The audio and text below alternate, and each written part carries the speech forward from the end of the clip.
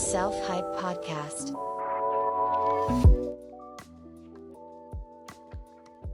We're here. What's up? How's it going? This is so exciting. I was excited to do this podcast call with you. I'm usually pretty picky about who I do. Yeah, but I was like, I love his energy from what I've seen, from what you share. I was like, I'm down to do this. So That means so much. I really appreciate it. I'm happy to have you. I love your content, love everything that you do. And I'm just obviously, attachment styles are so incredibly popular, and you're the person to hear the tea from. So I was like, we gotta unpack this. We gotta do the damn thing. So thank you for being on. I appreciate it. I really do. Thank you. Awesome. Cool. So, I mean, I guess the big question is, were you just always a secure person and relationships were always incredibly simple, and that's why I was like, let me be a therapist, let me be a coach, and let me work on this because I am perfect and there is nothing dysregulated about me whatsoever. Is that the upbringing, or did you have to go through some things? No, the complete opposite. And it was more so, why is my family so dysfunctional? And am I stuck in these ways forever? And is there a way out type of thing? So that's how it all started for me. Okay. So the journey was more looking at your childhood, and then did the attachment come later? Because I know personally, I just knew something was not okay with me. I was dealing with just anxiety and depression and what's going on. And then on my journey, I discovered this attachment style thing. I was like, what is this? Curious. Yeah. Well, did you discover that later, or when did that come up? Yeah, good question. So attachment styles, I never really learned about attachment styles until about graduate school. And it's funny because in graduate school, you barely touch on the topic, right? You learn about family systems and CBT and all these things, but they don't have a class just on attachment styles, which now I think that they probably do. Yeah. But back then you didn't. And so I kind of dabbled in that, and I was like, wow, this makes so much sense in terms of why my great grandma is the way she is, why my grandma is exactly like her, why my mom is exactly like my grandma, why I am like my mom. So it's like this generational pattern that you can see so clearly, right? When you look at it from that attachment perspective, if that makes sense. Yeah, totally. Well, I'm so curious of you wanting to become a therapist, you wanting to become a coach. I think I'm always so curious about people that want to dedicate their lives to helping others. And you sounding like you had a rocky family life. Was that an inspiration for you to want to get into this work? Absolutely. Yeah. So my mom, she was a single mom, right? I have two younger sisters. So you already have that aspect. I'm the parentified child who needs to take care of everybody and feels responsible for everybody. You have the same situation. Girl, I'm Mexican and Puerto Rico. I got 10 younger siblings. My mom was like, we're having another one. I'm like, really? I was like 10 years old with a cigarette. I'm like, oh my God, stressed. Not really so bulky. But yeah, no, I feel you though. That parentified parent is huge. Yeah, so much responsibility, whether it's directly or indirectly, that you take on by being in that position. So it kind of came with, trying to help my mom, because my mom had a lot of addiction problems, super, irresponsible in a lot of ways. And so being the oldest, you see that and you want to help mom, right? Because if mom is healthy, if she's safe, then we're going to be safe. We're going to be secure. So I did everything in my power to kind of help her in that. Was not really helpful in that regard. And so I was like, well, I'm going to help people that actually want to be helped. And that's where I went into therapy.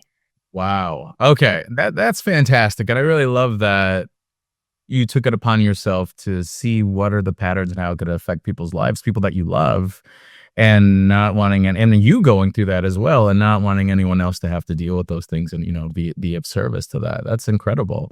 So when you did realize this attachment style thing, and when did the aha moment of you discovering your own, and what was it? What was that process? Yeah, well, I fell mostly, again, this is an ongoing journey. Nobody's perfect, right? Yeah.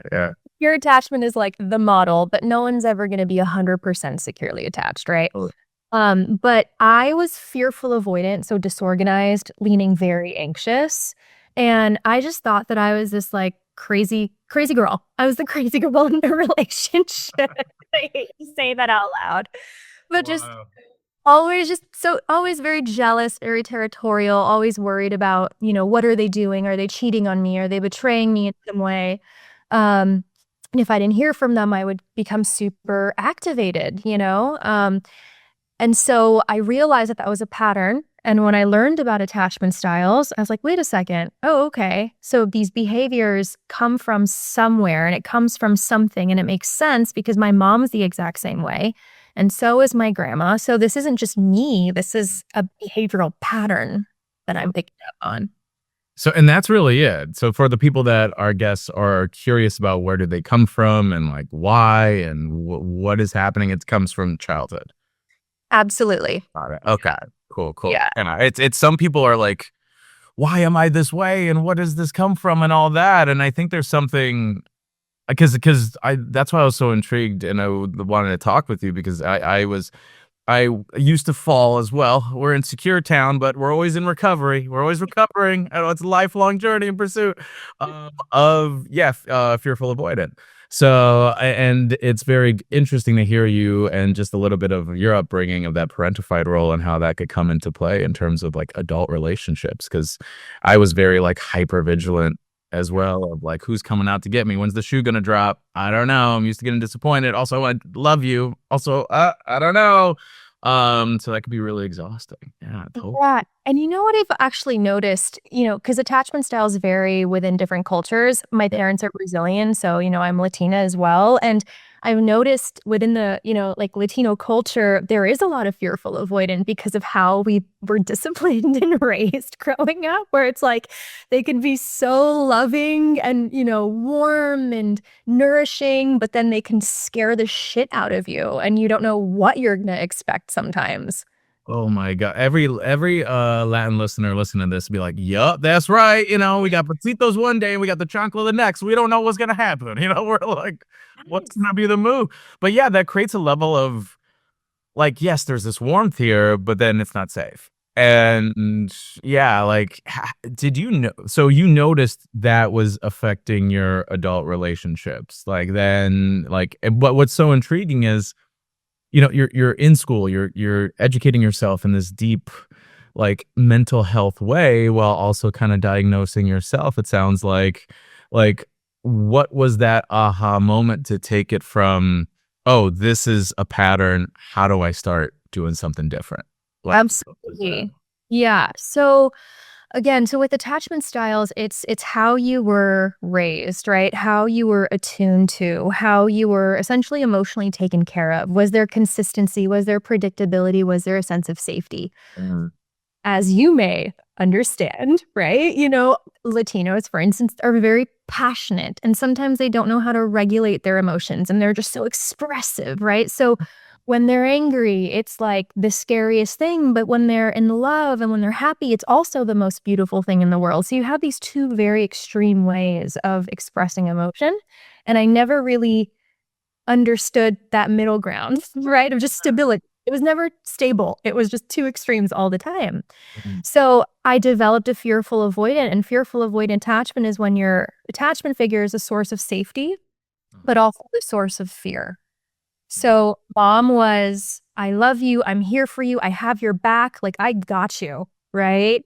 But then if I disrespected her, if I, made her angry, it was, I'd get slapped. I'd get told the worst things. And she'd always apologize afterwards, but it was really frightening. So then in my romantic relationships, because attachment styles get passed into romantic relationships, I would link up with people that were, they would say they love me, they cared about me, they had this really beautiful side to them, but then, sometimes they were abusive, emotionally, physically. So I thought that was normal because that's what mom was, right? That's totally real. Oh my, I feel like so many people feel so seen in this moment of, yes, they're so amazing in the beginning. And then what the hell happens here? And now I'm like chasing this warmth. I'm chasing this love. I'm chasing like this stuff. And now I'm like stuck in this thing where I love the good moments. And then the hard moments, I feel completely afraid. And that's such a difficult place to kind of, because logically in your head, okay, if anyone else was going through this, I would tell them, you get out of it, right? but we're so like in it emotionally. So what you're saying is that there's this deeper childhood like subconscious that's at play here that's making us like find these people and lean into these patterns. That's kind of what we end up finding for ourselves. Absolutely. So for us, especially anxious attachers going after those like highs and lows, Yeah. especially if you're fearful avoidant. And then we go into our coping mechanisms, right? So for us, it could be, well, let me save this person. Let me help them, right? Let me abandon myself so that they can get better. So then you go into all of those attachment style ways of operating in relationships as well. Oh my goodness. Like I did a video about like empathy because the patterns I've been seeing with people is that and me too, I'm such a people pleaser. And I like why I even want to become a coach is I know what it's like to not feel seen and loved and cared for. But it sounds like that empathy could get in the way as well. Like without proper boundaries. Like empathy is a beautiful thing. Someone could say, don't get rid of my empathy. It's I love people, I want to care for them. But left unchecked, you're giving a whole lot of empathy to someone that is not giving you safe space and love. That sounds like it could be a really crappy situation. So yeah, I feel that. Oh my goodness. So okay, so you graduated, you're doing the damn thing, and you created this whole brand for yourself. Like, talk about the book in a bit because we need to talk about that book. Like, people are anxious; they need to know the ways, and you created a whole book around it. But like, what was that moment where like I'm gonna step into this role of really taking up space? Because there's you as a therapist, like you making that decision to say, I'm gonna make that video. I'm gonna put this message out there. Like, what was that journey like in that decision like that to want to put yourself online and really help people in that way? Yeah, that's a really good question. I think that more so just stems from my personality type. I love it. I don't like to be like confined to a box. And I think with therapy, it's very limiting in that way, and there's a lot of regulations and things you can't do. And I just my personality doesn't operate in that way. And I just want to be myself. And so with coaching, right, you kind of do have that liberty to focus on a specific niche, do courses, talk to people around the world. Like there's just so much more freedom. So I think that's where it was enticing for me. And then honestly, I was like, I'm going to have fun with this. And so I started creating videos. And this is when there were no attachment videos, like back in the day. Yeah. Ah, that's right. I remember that. Nothing. And so I was like, I'm going to start creating some videos, and I made them funny, and I would like wear wigs, and I don't know what the hell I was thinking, but I had fun. I'm going to be myself. And from there, I think there was one viral video on TikTok, and then that was it. People just started paying attention, which was great.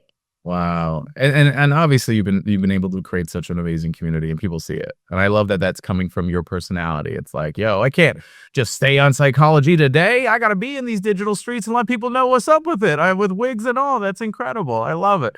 But what you're saying is so incredibly key about childhood wounds. Like I know that a lot of females like listen and like they're wondering about the avoidant. They're wondering what is he thinking? Why is he doing what he's doing? And like on my end, I would be in these relationships where I just really want love and I really want that like emotional just being seen and loved and understood. And I always said it like I was this dog chasing a car. And then once I got the car, I'm like, I don't have thumbs or a license. And oh yeah, I'm a dog. So like I don't know how to operate this car. So once I got this like intimacy and vulnerability, I'm now in this relationship, but I'm like shutting down. I'm like in the back of my head. I don't want to express my needs because that was never safe. But if I don't do that, that's going to lead to like a whole lot of resentment on my end. And here we go, with the patterns or the discard or the whatever else. So what you're saying is so incredibly key in terms of that. Like, do you tend to find a community of anxious attachers? People maybe like going through it in their anxiety. Does that seem to be like the mostly where it came? Yeah. It's interesting because when I talk about authenticity, I also have a podcast, the Let's Talk Attachments podcast. We only focus on attachment styles, but I'm so open and authentic because, again, if this work doesn't have meaning for me, then I might as well not be doing anything. Like it has to be true for me, And so I think that people come to me based off of the season in my life that I'm in, right? Like I was in a relationship for 7 years. And so I had tons of people in relationships coming to me. And then I broke up and navigating singlehood as a secure person, AKA, you know, and like people coming to me for that and grieving. So they kind of follow the trend that I'm in for that season of my life. But right now, there's a lot of men seeking support, which is beautiful. Okay, we love that. All right. Fantastic. Yeah. Wow. So ladies, you hear that? There are men seeking personal wellness. There are men that exist, that live and breathe, looking for developing their mental health and attachment style. So that is a thing. That's incredible. And I love that you're authentic about it, because people could feel so seen in those spaces, like going through the heartbreak, going through the breakup, and like just having you in real time navigate and like what comes up emotionally. How am I processing it? How am I getting out of my own way? And also secure dating. Like that is in itself is a whole realm of conversation. That is it easier? Is it more frustrating? Is it a little bit of both? You know, that in itself is like a 12 episode series of podcasting. So that's incredible that you're able to walk through that and people could just tap in. I love these too. I made a podcast back in like 2018, and it's cringy to listen to it now because I knew exactly where I was emotionally and mentally. Like I was the color commentator. We would talk about love and dating, but I was like, who cares? Who needs marriage, man? Just keep living life, freedom, brother. And I'm just listening to her like, dude, you're so scared. You're so afraid of intimacy and that closeness and connection. Like, it's so crazy to think about it now. So I love that you do that. That's incredibly therapeutic. Well, I have a question for you. Yeah, please. So, Hit me with it. so would you say that the more secure you've become, the more that you've seen the value and the significance in relationships and being in a healthy relationship? Yeah, I love that you asked that. I think I hit like, man, these very significant ego deaths where everything just fell apart. Like my core identity was just not enough anymore. And I'm like, where do I seek? Where am I? And I'll never forget, like, I was just so hell bent on achievement, being the best I can be. Like that's all I can do. Like, and to make my mom proud, who never said she was proud of me, you know what I mean? Like that whole thing. I'm the oldest. I want to be the standard of what success is. So my whole identity was like, I have to achieve. Screw personal life. That's just going to stop me. But then I had to realize personal life, I was just afraid to fail. Like I could fail with me. It's hard to fail in a relationship because I grew up seeing what that looked like, and I had to go through that. And even being a father, that's frightening to me because of failure. I know what it's like to be failed as a child. So kind of realizing what real legacy is not so much of like accomplishment, because it wasn't serving me. Like, sure, I did a TEDx talk, great. And then I would be sad again. And then what it turned into was like, okay, what is something that none of the men in my family can say? And it is their women after they pass this earth say, he was a good man, and he was a good partner. And that it like just filled my soul with just intention. So now I'm still growing. I'm still, wanting to build, but it's like, I want to have that legacy of personal life. And that means so much more versus a sacrifice of it once was. But it took like kind of facing all these things in order to do it. So that was kind of the journey for me. And I'm still figuring stuff out. By all means, kids freak me still. So I'm like, but it's just a constant state of navigation, but it's good to be in a line of security. And I'm so glad you mentioned that because, one of the core fears for avoidant attachers specifically is the fear of failure. Oh, wow. That is validating. It's the fear of failure. So, and the fear of rejection, the fear of disappointment, the fear of letting people down. So in my avoidance to not disappoint people and let them down and myself down, I'm just going to say relationships aren't important. I'm just going to be off the grid forever and live this easy peasy life. But what I find is that they're not actually happy. Yes, totally. Oh my God.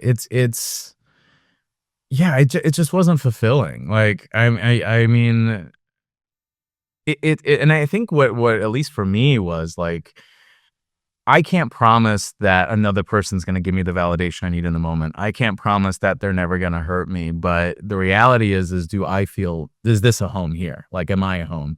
That if, say, they do disappoint me or they do fail me or they do those things, I trust myself to process that and take the action that is best for me. Not the escape, not the exit route. I've seen enough of those patterns. It's what's the scary thing of staying in it and try to repair. And if they can't still do that, then I need to then exit versus just running away, which is what I would typically do without communication. So it's those patterns. Yeah. And it's a skill, right? Like that's what's Oh my God. It feels like, I mean, I'm curious with you is like, what is like, do we think once we're secure, everything's fine? Like everything's perfect? Is it serene? Like, cause I feel like that's everyone's trying to get to that. And then everything's fine after that. Like secure people don't get angry. They don't get sad. But it sounds like it's a practice, at least for me. Like it's a constant. Like what has been your experience or what do you like tell clients and people like in terms of that process of navigation and security and what it really is? Oh, I always preface and say, like, even on the client calls when someone wants to work with me, I'm like, by the way, you guys, like, this is not a perfect process. You know, if anything, this is going to teach you more about yourself and how to get back up when you do fall, because it's inevitable that you're going to get triggered, that you're going to feel insecure, right? That you're going to feel fearful. But how do you deal with that? That's the difference between insecurity and security, self-sabotaging and being productive. I love that. So it's not even like being perfect because there's the thing of like, oh, I'm a perfect communicator. Like there's going to be moments of imperfection you're saying, but how do we handle those moments is the key. Okay. Yeah, and it's, secure attachment, it's a model, right? It's a model that you're working towards, but it's never expecting perfection from you. It's just, an archetype that we could kind of want to recommit to. So if you can see it as a recommitment process as opposed to I have to do it perfectly, that's really all that we ask for, right? That's really all we can do as humans is recommit. Got it. Okay, so you're saying I could be secure but still get jealous and feisty and wondering what he's doing and all these feelings could come up. And I'm secure. Yeah. Just like how I express that. Yeah, absolutely. Yeah. So there's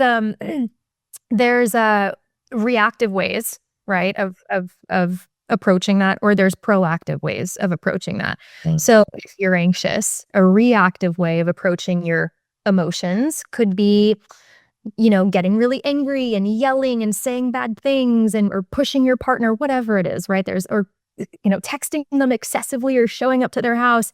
That would be reactivity because it's counterproductive, right? It's not actually helping the relationship. A proactive approach to the emotion, because you could still feel the jealousy. It's an emotion. You can't get rid of it. But when I feel it, let me just sit with this. Let me ask myself, what's the need here? What do I need? Is it reassurance? Is it communication? Can I solve this on my own? Or is this something that I have to approach my partner and co-regulate together, right? It's just you're moving from the, limbic system part of the brain to the prefrontal cortex part of the brain. Okay. Yeah. Got it. I love that. So it's because typically we have these fear responses and like because I know my patterns. Like I know I could shut down or I could like just hide in the back of my head and just perform just to get through the scary moment. But that I'm not feeling seen and I'm not feeling like I'm heard in this relationship. And although I'm used to that pattern, I know where that inevitable pattern is going to go and it's not good. So it sounds like it's that scary thing. It's the lean in, it's the sit and regulate versus create a narrative or assume. And that is where kind of we get into issues because I would create narratives that don't even exist. And I think the difference now for me is now that I like kind of present my problem and then we could kind of repair. It's like, wait, you're not this big, scary monster thing that I thought was out to get me. I just needed to give you the opportunity so we could work on that together. So, yeah. And it's so scary. Like, it's so scary. Oh my God. I'm like 5 again. Every time I'm thinking it's this like muscly armed, like 5'8" Dwayne The Rock Johnson looking Puerto Rican man. That's my father with tattoos. It's just like a woman that's there, but I could like shrink to that. It's crazy to feel that way. But yeah, it's for the ladies that are listening. Yeah, that that as a grown ass man, I could feel retreated into that kind of age of it. It's kind of trippy. Yeah. I mean, it speaks to our primal instincts and the way that we're designed and wired in that way, right? So whatever you're afraid of, it just becomes this heightened experience. So yeah, the ladies that are listening to this and the men. Yeah, and they're there. They're there. We know that now. They're there. Also, Yeah, if we can, I like that you said that, because if we could start looking at it from that perspective in terms of, wow, why is our partner so afraid? Why do they run away? That's, that's what there's the sensation in their body is as if there is this predator, that's chasing after them, or a predator that like wants to kill them. That's what it feels like biologically. Wow. Okay. That's and I guess it kind of leans into the question of, all right, I'm with an avoidant and he does these things. Like, how do if maybe he doesn't have this, is it possible to like do this repair if maybe he doesn't have that self-awareness? Like how can you bring a partner into the kind of situation here? Maybe they're a little reluctant, maybe they don't really know. Like, is it possible to kind of do that repair if it feels one-sided, or when do you know maybe this isn't working? I know it's a pretty big one, but Yeah. So are you saying if the avoidant, are they willing to learn or are they unwilling to learn?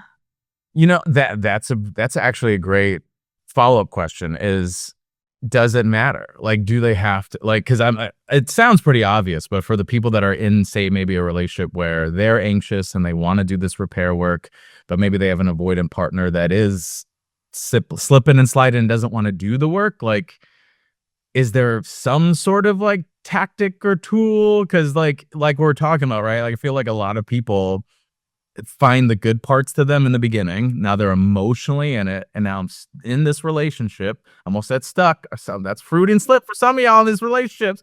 But now it's like, okay, do I stay? Do I go? I'm seeing these parts now. Like, what the hell am I doing? And maybe they're not so down to do this work. Like, is there a space to still repair, even though it does feel one-sided?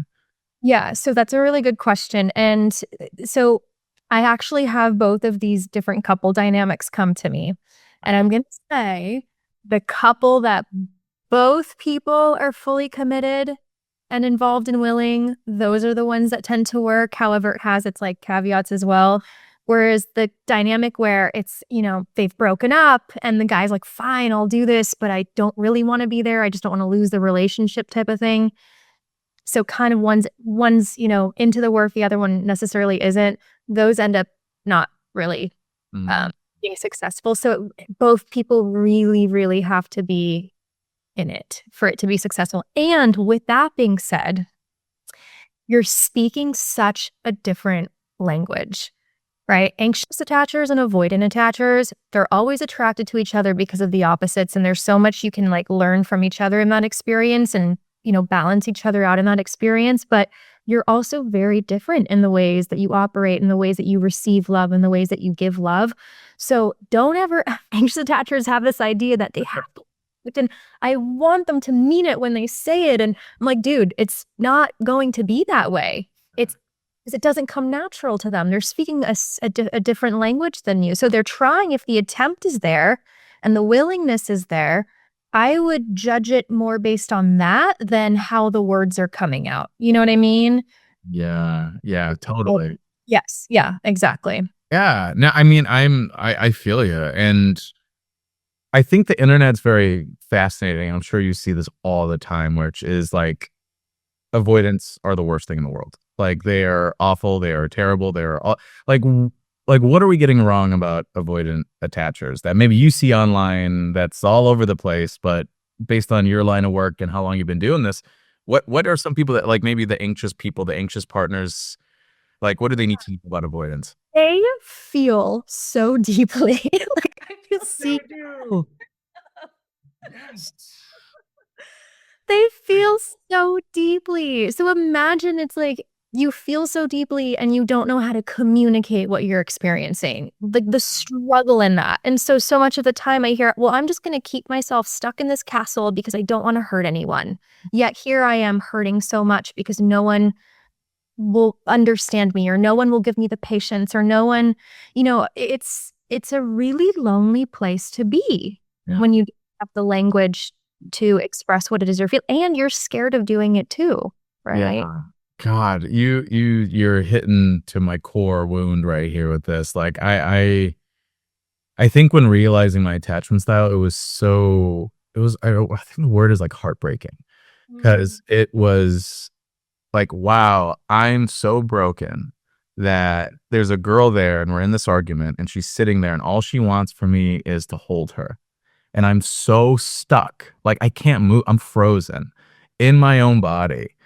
And to start doing the work of knowing where that comes from, it just I didn't ask for this. Like that's what I try to tell people. Like I would love to not be so scared in this moment where I just can't even move. I can't even talk. I could barely breathe. Like so, I love that you said that because yeah, there's a whole lot going on in terms of survival here, and a lot of the times it could be seen as personal. Um, well, I'm sure I'm not counting for every single person that goes through this process, but there is a whole lot of feeling and emotion there. That is definitely the case, and it sucks. But I want to call this out, Jessica. There's a whole lot of empathetic people out there like, oh my goodness, oh you see they have feelings. I have to stay. I have to deal with this.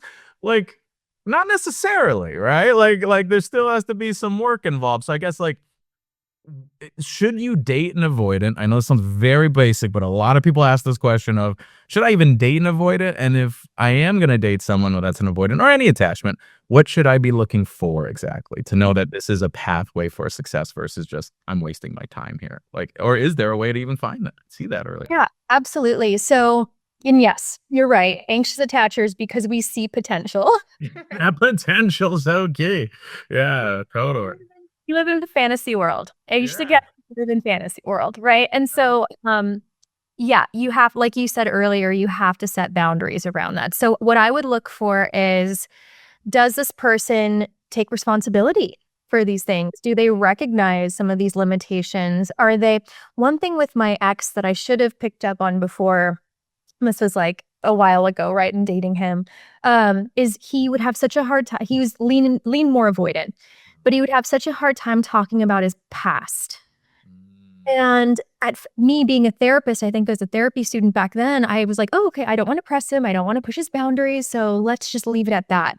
But really, I should have thought, wait a second, this guy has such a hard time talking about his past. He always changes the subject. He doesn't want to talk about any of his exes. That should have been an alarm for me, right? But me trying to people please and try to see the best in the situation, I chose to ignore it.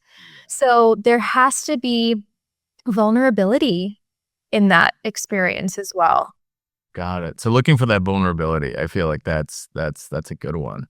Yeah, and it's like, I guess it's like really showing up in a way with communication, because it's easy to like just talk about like, oh, what's your favorite color? What's your favorite animal? Oh my God, you're so cute. Oh yeah, you're cute too. Blah. But like, are we like, we're not talking about the other stuff, which is kind of heavier, if anything, but it sounds like that's important to discuss. Yeah. Yeah. So that's that piece, and also the communication piece too, right? If this person gets triggered for whatever reason, maybe we talk about something too deep. If they, disappear for a few days, that might be an indicator of how this person processes stress, right? Because avoidance, they cope with their stress by avoiding, they withdraw, they disappear. Whereas anxious attachers, they like overperform, they overdo, they overshare. Right. Yeah. Relationship stress. Yeah. So those are things you can pick up on as well. Definitely. So that's a good sign. So if you guys have a hard conversation at a Chipotle and they literally run out and you see it a week later, that's probably a good sign to be like, oh, how is this gonna be when things get hard and difficult? And if that happens, by the way, I would secure you. I always like to use like the secure you concept. Approach them. Be like, hey, I had to do this the other day with someone I was talking to. Hey, I noticed that you disappeared for a couple of days after I asked you this question. And he was able to take accountability, and he expressed, hey, when this happens, I need a day to process. And I was like, well, can you let me know? So have a conversation about it and see if there's changed behavior, right? I love that. So it's not only hitting on the good stuff, because as a dude, I'm holler, I'm spitting game, like, Jessica, what's up, girl? I love your hair, you're looking gorgeous, you look scrumdiddlyumptious, you know what I'm saying? And that feels so good. Like, oh my God, this is so great, he's such a great guy. You don't know how I am when I'm mad, you don't know how I am when I'm anxious or when I'm scared or whatever. And those vulnerable conversations or even talking about past relationships is such a key identifier to be like, oh, am I saying, oh, she's crazy, the crazy C word, right? Versus, yo, this is how I showed up, this is how she showed up, this is kind of where, that kind of deeper end of it, that I feel you on that end. Yeah. So I say it all the time too. I'm like, oh yeah, it feels good hanging out with him, but are you talking about the other stuff, which is super. Yeah. So that's really important. I'm curious too of like your book that you have, like the whole anxious attachment, that navigation to secure. Like, what inspired you to kind of make this book, and like what are kind of the foundational elements like people can expect when like tapping into it, or your personal approach of like having that navigation? 'Cause it's so important and crucial. I love that it even exists. I'm just super appreciative that you have that out there. It's awesome. Yeah, it was so cool to make, right? Because again, working from authenticity, I like to just that's the only way that I know how to make anything is by learning from your own experience and creating something from that. Um, but I'm gonna use the analogy that you talked about earlier, where you said, learning how to drive. I think you said something about learning how to drive. Yeah. It's as, being able to drive effectively would be secure attachment, right? And again, even if you learn how to drive effectively, something still might happen. You're still gonna run over a curve. You just never know. It's inevitable. You're a human. But the book, I wanted it to be kind of like a driver's manual in a way. I love it. So, little prompts and exercises and real life experiences and, clients that I've worked with that have gone through similar things. So you don't feel alone. You know that it's not you, it's the behavior that you picked up on. So it's just little exercises that I use every single day, whether I'm aware of it or not. And they just become a part of your programming. It becomes a habit. So I wanted it to be special in that way. Love it. And what are some of those tools that, someone like, say, maybe you have a new client and they're like, I'm anxious as hell. I have empathy up the wazoo. I keep dating all these avoidance. Like, what are like some of those kind of first tools and steps to get them like going in that process? Yeah. So first things first is really connecting to your secure self, as I like to call it, right? So insecure you it's conditioning from all of your past, values that might not even be yours, belief systems that might not even be yours, right? Things that you just picked up on. And so that's how you view life. It's the filter system that you view life. So in this process, it's a lot of deconditioning. Wait a second. What do I want to believe? What do I not want to believe anymore? What feels good to me versus what doesn't feel good to me? What feels safe versus what doesn't feel safe? So it's kind of identifying what's coming from insecure you versus what does secure you want to believe, and how do they want to feel and how do they want to operate, if that makes sense. So there's little exercises to help with that, and then connecting to your feelings. Oftentimes we can feel so crazy, right? Because our feelings are so heightened, but that's telling you something. So rather than reacting, how can you be proactive? So tuning into your feelings. What am I feeling? What am I needing? What am I feeling? What am I needing? And actually learning how to meet those underlying needs in a healthy way. That's incredible. So it really does sound like it's a consistent practice. It's getting the tools. It's not just like doing the tool once and I'm great now. It's a constant just like rewiring, because if this is coming from childhood, this is something that we've been operating in one mode for so long. So like making that shift makes sense that this is turning into like a practice of consistency with the Absolutely. And you can even see it using the driver analogy again. Like, I love it. you're driving automatic for most of your life, and you're like, things have changed. This isn't working anymore. I can't. Okay, how do I learn how to drive manual? You can still learn manual, but those wirings from automatic is always going to be there. You know what I mean? Like it's not going to feel so heightened, but it's always going to kind of be lingering in the background. You're going to be able to access that. So again, it doesn't necessarily go away. It's just that another way of operating strengthens more. I dig that. Yeah, for sure. And I'm curious too, like in the current culture of dating, because I'm sure you're seeing all of it, of people like being super like avoidance are terrible and men are trash, and I'm like, my standards are up here, here, and here, 6 foot, 66 figures, this, that, or else, bim bop boop, drizzle drizzle, whatever the hell it is. Like, how are we, I guess someone would say, are we all creating this collective of avoidancy of that vulnerability? Because it sounds like that's just based on a certain level of fear of raising these standards so high. And what are the repercussions of that, do you feel? Yeah, well, I do think that there's a growing number of avoidance now. That's absolutely true because of all the access of information and people's like stories and fears that we're hearing all at once. So in a way, it's good because it's helping people understand, all right, I need to have standards, Yeah. right? Or I need to learn how to set boundaries. But in other ways, sometimes we create these really unrealistic standards of how someone should be. Like a secure person should be totally perfect. Well, no, right? And it's inevitable. You might date an avoidant, but do they take accountability? No one's ever going to be perfect, but can you see that there are secure elements to that? And are they willing to grow into that? So I think that's a much more realistic way of looking at it. Yeah, totally. And it sounds like it's showing up. It's actually like, I'm here. Like, I'm not doing all this work just to sit by myself, and there's one thing to feel secure with you, is a whole other thing to be with another person. And it's frightening. It's really scary, but it sounds like that's the necessary step of actually taking that step forward and seeing if they could care for you in that way. And I think that's also why a lot of men are coming to, which this is the good thing about it, right? People are, raising their standards, and guys are like, man, I need to know how to connect to my emotions. So in a way, it's been good in that regard because men are having to level up in that sense. So there's benefits to that as well. Yeah. Wow, I love it. Are we doomed, Jessica? Are we? I mean, it's such a direct, like, crazy question, but so many people are like, everything sucks, dating apps are terrible, everything is awful, and you just, working with families, working with individuals, working all this way, are we doomed in 2026 in terms of dying alone and never finding love and everything else? I don't think so. I don't think so.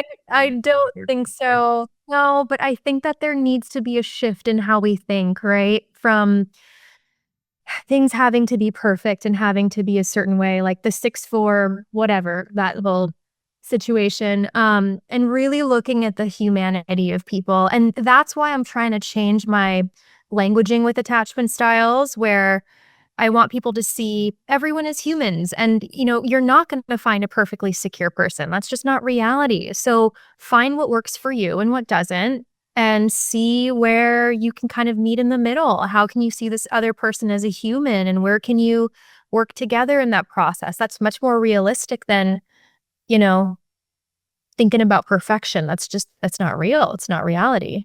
Yeah. And the person who's looking for perfection ain't perfect either. That's a whole thing. I'm like, because I have a lot of female listeners and female, like, people like, Eli, you just seem so great. And so I'm like, I'm a big old pain in the ass. Don't get it twisted. Yeah, I'm secure now, but geez, take me to a restaurant and be like, no, I need to sit by the window. I'm like, Eli, there's a table. No, I got to sit by the window, or we're going to have to wait a half hour. Eli's like, I can be a pain in the ass. But it's like, can we meet in the middle? Can we co-create? Do you feel seen in that co-creation? Are we staying it? Like, that's the big thing. So I love it. And I like that you said that, Eli, because I think as, coaches and experts in our field, people can see us as this perfect person, and oh my God, they must be perfect. They must not have any flaws. They must be the best partners in the world. But that is not true at all. Oh yeah. Yeah. I mean, you want to, like, hey, let's go to this new restaurant or whatever. I'm like, yo, there's a chicken wing spot. I know we went there 2 times last week, but we could go again. And I'm like, but that's our conversation. That's where, you know what? You're right. We had chicken wings a couple times last week. Let's go to the cute Italian spot. It's fine. We'll do it. But you're right. It's like, we're all human beings and we're all doing our best and we're all going through it. And yeah, I like that you said it all stems from that childhood, which is kind of beautiful in a way where, and you brought up the whole, like, dealing with when you do hit a speed bump or you do those things, like, it's easy to beat yourself up, but there's a kid there. I love that you connected that childhood, because it's something really beautiful on this journey of not only falling in love with someone and building a relationship, but also healing parts of you. That is, and that's why I'm like, I appreciate you so much for doing this work, because it's so incredibly crucial and key. And just, the world's not doomed. There are men doing the work. It's okay, everybody. All right, don't go to AI as your partner just yet. It's okay. Oh, don't do it. I know. And Eli, I'm so grateful for you too. Just in terms of, again, I connect so much to authenticity, and I can just really see that being expressed through you. And Sure. the way you express it too is as if you've lived through these experiences. So there's just so much more reflection in what you share, Totally. Yeah. Now I'm definitely yeah, been through it. And I mean, that's why I generally like see people like you, and I get so curious, and I'm like, God, I love that it takes a lot of energy to do this stuff. It takes a lot of energy to put yourself out there. So it's like, what makes you tick, and why it's so cool to hear what you've been through. It makes the work feel so much more beautiful and apparent and real and connected. And it gives inspiration to others too. Like, you could come from certain hardships and be okay. And that's a real beautiful path going forward. And I love that I could even chop it up and have this conversation with you, girl. You're fantastic. Oh my goodness. Yes. I give this question to everybody, and I'm curious on your answer on this, especially with what we're chatting about. Is, if you could go in a time machine and you could go back to any age, and with that age you could just share one piece of advice, one perspective, one something, what would that age be, and what would you say to her? Ooh. Ooh. You know what? I think my most troublesome time period was in my teens, because that's where my parents split, and then I really took on that role of a parent. I would say, oh, man, I think I would say, like, Jessica, go find a mentor. Like, go find a therapist, or, tell my mom that I wanted some sort of support. I took it all on my own, and I felt like I had to do it all on my own. And I think that's impacted me a lot as an adult, where I take on all the responsibility, all the pressure, and I don't lean into support. So if I would have had a mentor or some sort of therapist or some sort of support, I think it would have helped me lean into people and be less avoidant in those ways, and maybe even a little less anxious. Yeah. Totally. Oh, that's such a beautiful message. And I think that's something we could all take on. Maybe if you are feeling a little lost and you're listening to this podcast, this is your sign to seek that external help that could help you process and work through it, especially during those vulnerable moments. And I love that you could be that person for her now when she does come up in those moments as well. So, Oh, that was so sweet. Yeah. Just people knowing that they're not alone. It can feel so lonely in this world and in this time and space. So just know that you're not alone, and there's always people around you that want to support you and are there to support you if you need. totally. I love it. Okay. What's next? What's the next chapter, next era? What do you got coming up? What's happening? How can we support you? How can we see you? How can we work with you? What's next on the horizon for this? You know what? This next chapter of my life, I just moved from Los Angeles to Hawaii. So Oh, hell yeah. I'm learning how to just be, because I was on the go, and now I'm learning to just not find worth and value in the mundane kind of thing. So I've been enjoying that, regulating my nervous system in that way, but I'm still doing my one-on-one coaching, which I love, working with people in that way. I have the book, so the Anxious Attachment Recovery Workbook, which is beautiful. And then just working on my podcast. Yeah. And sharing the stories. So, which I want to have you on the podcast next, by the way. Yeah. Oh, I would love to. Oh my God, that'd be freaking fantastic. Oh my God, such an honor. Thank you. Yeah, I would love to. That'd be so dope. Well, I'm so proud of you for doing that work. As someone who used to live in LA as well, hustle, grind, all that. I'm now in Chicago, closer to family, all that. Very much see you on that journey, and I'm so proud of you for doing that work. It took a lot to get to Hawaii and to, go on this journey, which is so beautiful and cool. All right, freaking fantastic. Any last things you want to share to the people, to the world? Anything else before we wrap up? Yeah, well, first of all, thank you so much for this opportunity. You're great, so keep doing what you're doing. Yeah, and last final words is, just know that you can change. You're not stuck to the way you are just because you were, raised in that certain way. And just seek the support, seek the help, because it's always available to you. Yeah, and thanks for listening to this episode. Thank you so much.